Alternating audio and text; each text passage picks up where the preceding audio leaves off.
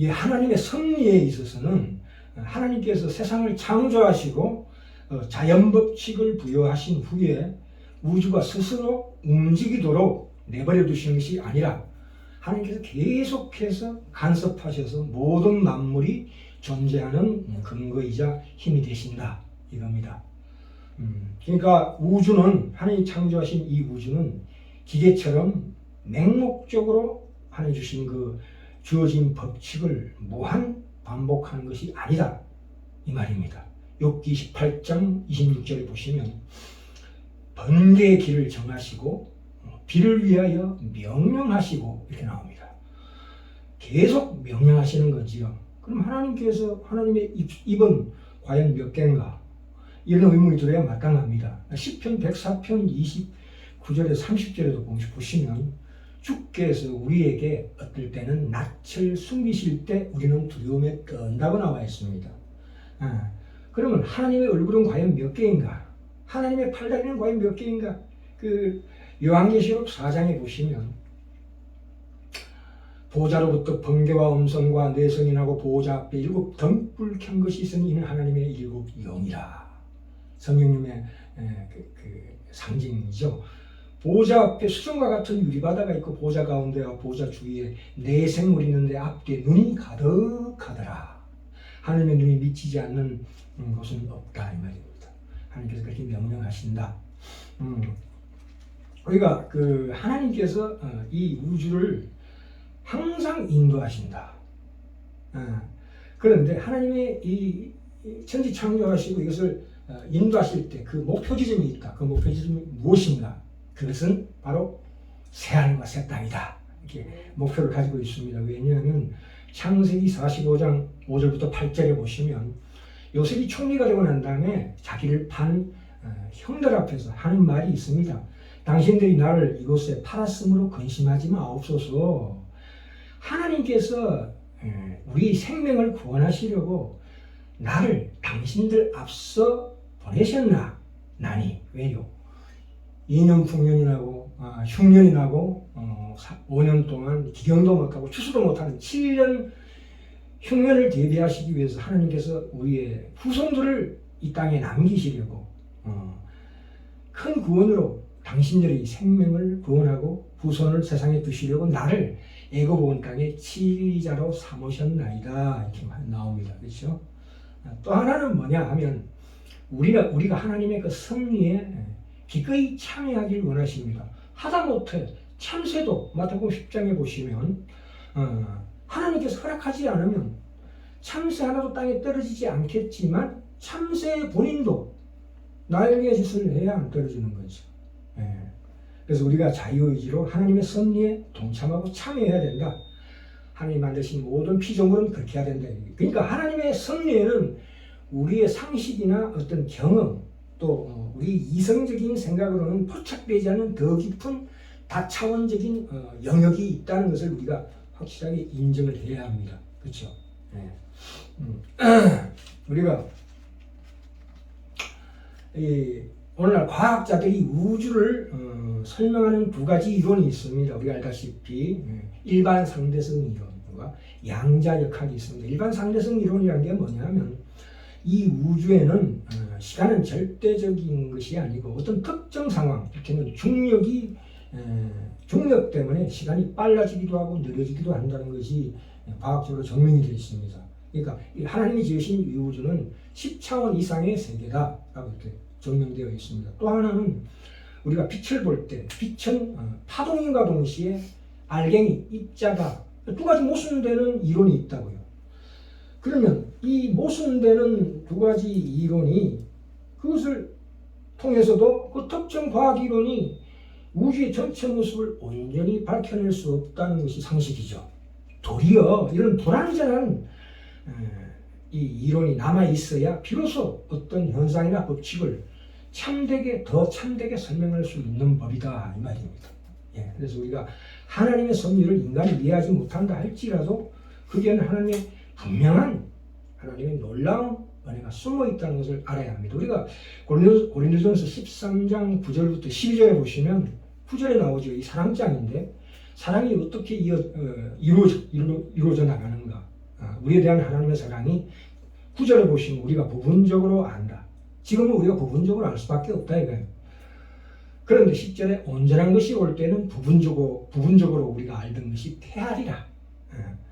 내가 어렸을 때는 말하는 것이 어린아이 같고 깨닫는 것이 어린아이 같고 생각하는 것이 어린아이 같지만 장성한 사람이 되어서는 어린아이의 일을 버렸노라.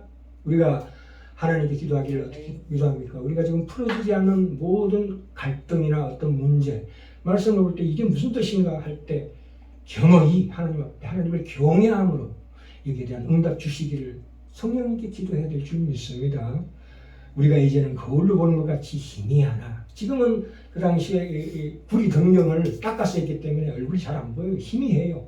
지금 우리 상황하고 똑같아요. 그러나 그때는 예수님 다시 오실 때는 얼굴과 얼굴을 대하여 볼 것이요 이제는 내가 부분적으로 아나 그때는 주께서 나를 아신 것 같이 내가 온전히 알리라. 예. 이 성경은 하나님의 섭리와 개인의 자유 두 가지를 다 가르치고 있지만 이 두 가지를 억지로 이 성경은 조화시키지 않습니다. 그냥 불완전한 그대로 놔둡니다. 왜냐하면 이 논리적으로 미해결된 상태를 견지하면서 하나님을 경외하는 가운데에서 그 답이 서서히 주어진다고 믿습니다. 예. 우리가 오늘 로마서 9장 가봅시다. 14절부터 18절에 나와 있다시피 그런즉 우리가 무슨 말 하리요? 하나님께 불의가 있느냐? 그럴 수 없느니라 이렇게 나옵니다. 이게 무슨 말씀이냐면 하나님이 어떤 사람은 구원하고 어떤 사람은 구원하지 않는 것이 너무 불공평하지 않습니까? 그러니까 이런 의문이 나와야 정상이다 이 뜻입니다. 예. 하나님이 불공평하다 이 얘기입니다. 그런데 여기에 답이 어떻게 나옵니까? 하나님께서 하고자 하는 자를 긍휼히 여기시고 하고자 하시는 자를 강팍해 하시느니라. 이 사람아 내가 네기에 감히 하나님을 힐문하느냐 지음을 받은 물건이 지은 자에게 어찌 나를 이같이 만들었느냐 말하겠느냐 이렇게 나오자시피 하나님 불공평하신 분이십니다. 우리가 하나님이신 예수님을 죄전 인간을 위하여 대신 십자가에 그것도 인간의 손으로 못 박게 하셨습니다. 이게 얼마나 불공평한 일입니까? 우리가 생각하는 어떤 공평이나 불공평, 어떤 우리 생각하는 이성적인 합리성을 뛰어넘는 하나님의 그 은혜와 사랑이 우리에게 이 구원을 있게 하셨다 이 말입니다. 그러니까 우리는 하나님의 불공평함에 대해서 감사할 줄 알아야 합니다. 하나님께서 이루어 놓으신 우리에 대한 구원과 인간이 그것을 선택하는 것을 대등하게 놓고 보면 안 된다 이 말입니다. 그러니까 이 구원을 누구에게는 주고 누구에게는 안 주시는가 하는 문제에 대해서 불공평한 것이 아닌가에 대해서 15절에 나와 있습니다. 모세에게 이르시되 그 당시에 출애굽기 33장 19절을 배경으로 하고 있는데요. 지금 애굽에서 탈출한 이스라엘 민족들을 시내산에 불러서 드디어 모세를 부릅니다. 40일 동안 산에 가서 율법을 받는 중에 모세가 안 내려오니까 이스라엘 백성들이 드디어 우상을 만듭니다. 그래서 큰 범죄를 하게 됩니다. 그때 하나님께서 이 백성을 다 진멸하라 했을 때 모세가 나서서 그러지 마십시오. 간청하는 그 시점입니다. 그러니까 지금 이스라엘 민족들은 다 하나님 앞에 벌받을 입장에 서 있는데 그 중에 누구를 하나님께서 택하셔서 누구를 살려낸 것입니다. 물론 불공평하시죠. 그러나 그 불공평을 우리가 감사할 수밖에 없다 이 말입니다. 그게 얼마나 다행한 일이냐 이렇게 결론에 이르고 있습니다. 마태복음 20장에도 나오지요.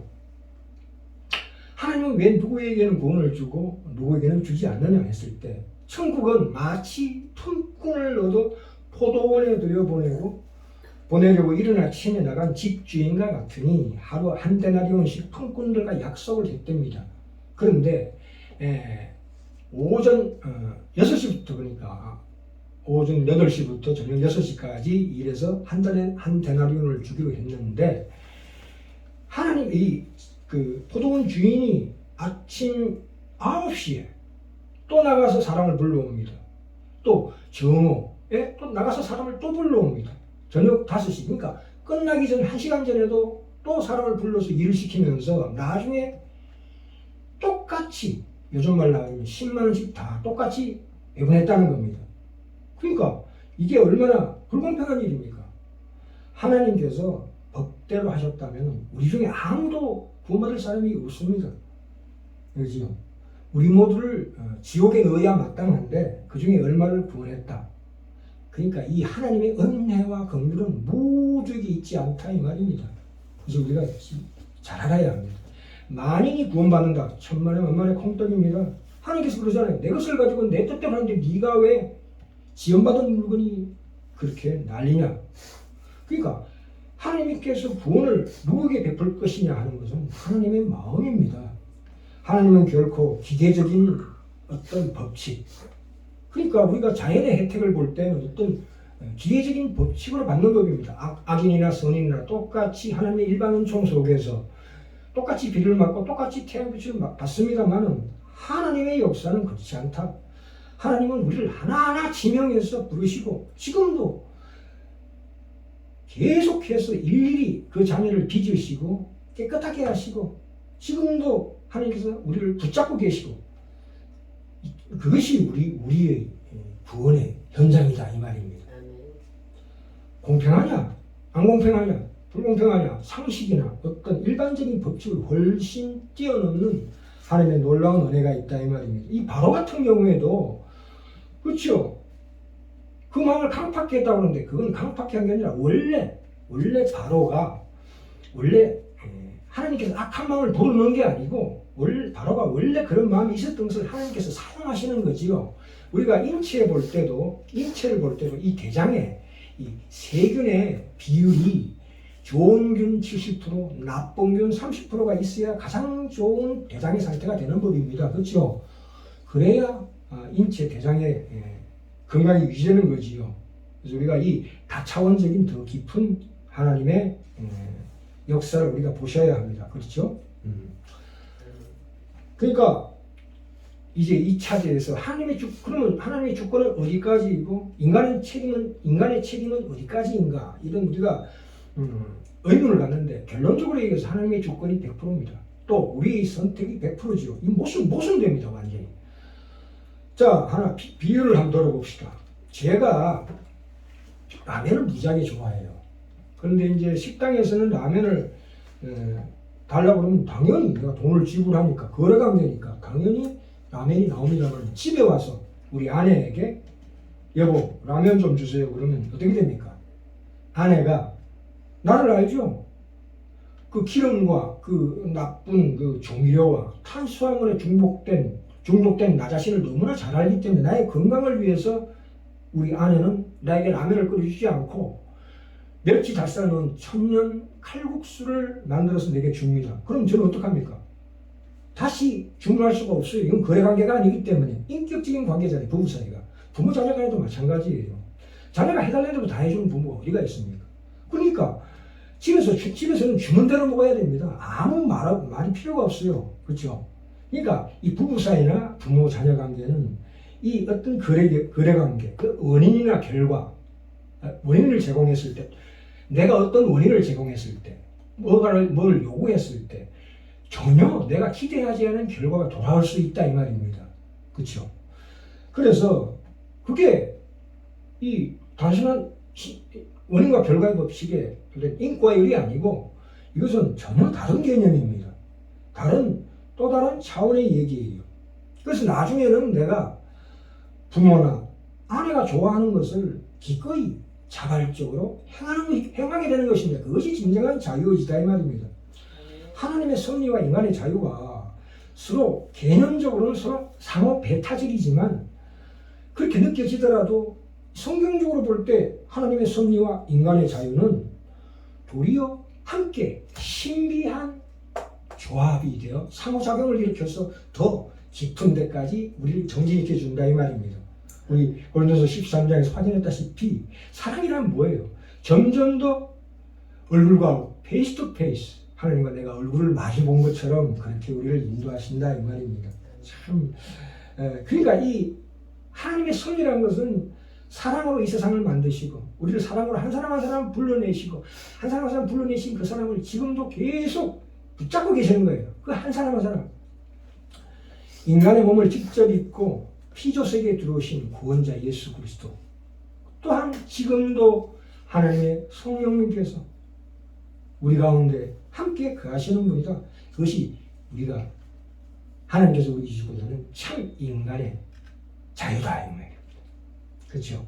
그게 하나님의 의지와 우리 인간의 의지의 인격적인 신비한 연합이다. 서로가 신비한 의존 관계에 있다 이 말입니다.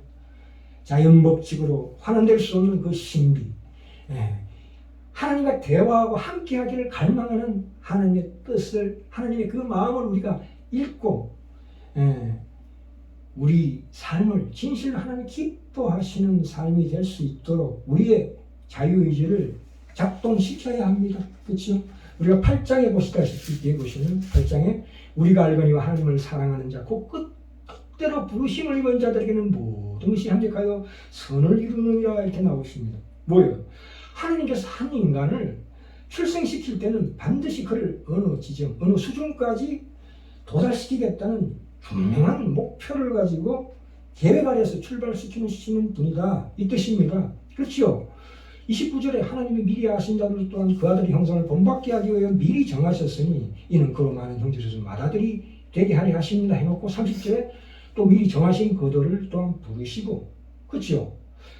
우리가 부르신 그들을 의롭다 하시고 합니다. 그러면 우리가 내가 나의 운명을 내가 결정할 수 있느냐? 결정하지 못합니다. 왜? 하나님께서 우리를 의롭다 하시고자 하는 그 사랑의 긍휼이, 그 하나님의 권능이 우리에게 임하기 때문에 내가 내 운명을 결정할 수가 없어요. 단지 난 내 몸을 움직일 수 있을 뿐입니다. 그렇죠? 하나님께서는 내가 하나님이 원하지 않은 길로 갈 때는 반드시 막으십니다. 처음에는 말로 하지요. 딱 안 되면 징계의 매를 때리시기도 합니다. 그러니까 어쩔 수 없이 인간이 내가 좋아하는 죄된 길로 가는 것이 아니라 하나님이 기뻐하시는 거룩의 길로 갈 수밖에 없죠. 그때 내가 갈 수밖에 없는 그것이 나의 자유의지다 이 말입니다. 얼마나 하나님의 사랑이 우리 속에 임하십니까? 그죠? 우리가 믿는 자와 믿지 않는 자의 차이점은, 믿는 자는 우리가 하고 싶은 일이 막힌다는 겁니다. 죄를 지을 수 있는 기회들이 있지만 하나님께서 죄를 안 짓게 하려고 우리를 한 곳으로 몰고 계십니다. 그래서 우리가 그렇게 되는 거죠. 그게 바로 우리의 자유의지입니다. 진정한 자유의지, 하나님의 섭리에 함께 동행하는 겁니다. 인간은 결국 그렇게 됩니다. 타락을 결정할 수 있었으나 나의 운명을 결정할 수는 없었다 이 말입니다.